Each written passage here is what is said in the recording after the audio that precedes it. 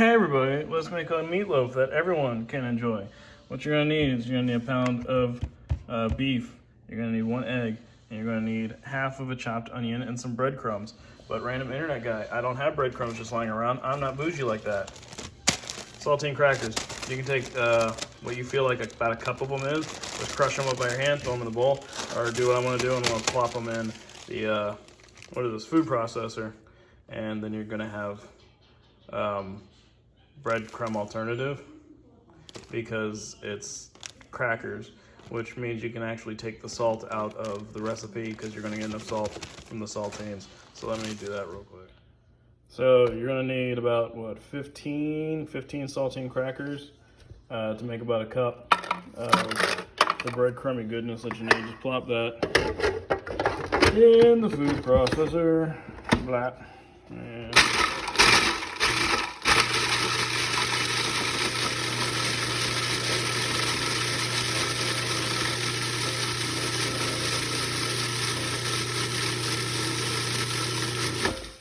And like I said, if you want to, you can just crush them by hands and throw them in the bowl. That's up to you. I just got a food processor and I want to be fancy like that.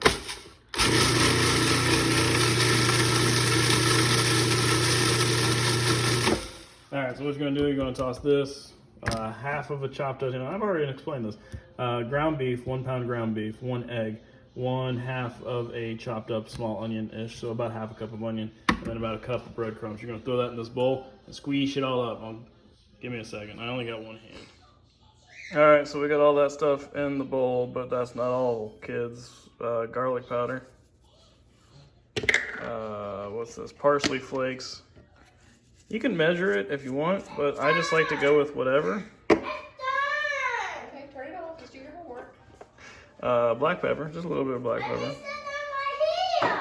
Cool. And Worcestershire sauce. Worcestershire sauce has. So what do you say? Okay, and then you're gonna take it and squeeze it. I only got one shot of this, so there's only one take. You squeeze it together. I'll be right back. All right, now that you got that all mixed up and into like a loaf-looking thing, I forgot something. Add some ketchup to it, re-squirch it in, and then you're gonna put it in that loaf pan. But something else we need: get yourself a bowl. Put some ketchup up in it. Alright,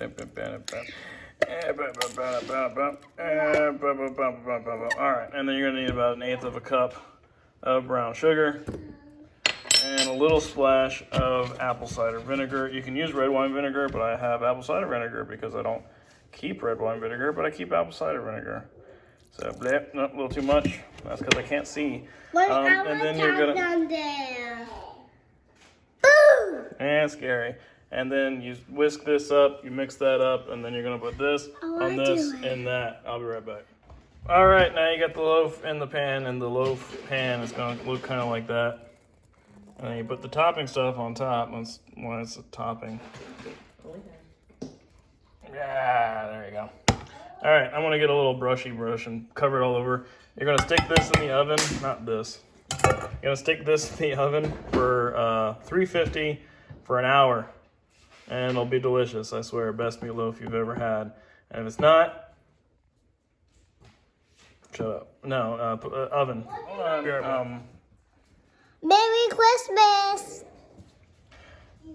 Hey. Oh, I'm sorry. He's a snob. Hey, while the, what was I saying? Hey, while the meatloaf's cooking, you might want to go ahead and make some second batch of the topping, just the ketchup, apple cider vinegar, brown sugar, you know, because you might want some extra after it's done cooking or while you're eating, or put it on some mashed potatoes or something, whatever you want to do. Just have a spicy batch for the kids don't eat. Alrighty, let's check it out. I need to take that bad boy out. This is probably what it's going to look like. I know you're going to think it's like, oh, there's grease on it. It's fine. You can dab it off. You can spill it out. That's why you have the extra sauce. So you can make it covered and uniformic. I just wanted to let you see this so that you know when you pull it out of the oven, it's not going to look beautiful and pristine like you see in cookbooks. This is what real life looks like. But it's still delicious. I promise you. You cut around the edges. You slice it up, you put it on a plate, you feed it to your family. Delicious, I promise you. If you don't like it, come back, leave a comment, and tell me that I ruined your life, and I'll cry. Other than that, that's how you make a super simple, delicious, tasty meatloaf for the whole family that they will enjoy. You know, I got some mashed potatoes and steamed carrots on the stove. That's what we're gonna eat it with. So enjoy. There's a lot of different things you can do with this recipe. You can add mustard to the sauce and also to the base. Take out the apple cider vinegar and add mustard instead. I know some people who do that. Other than that, have fun with it. Try different things. Enjoy cooking, enjoy life, enjoy eating it. And other than that, have a wonderful day. Bye-bye.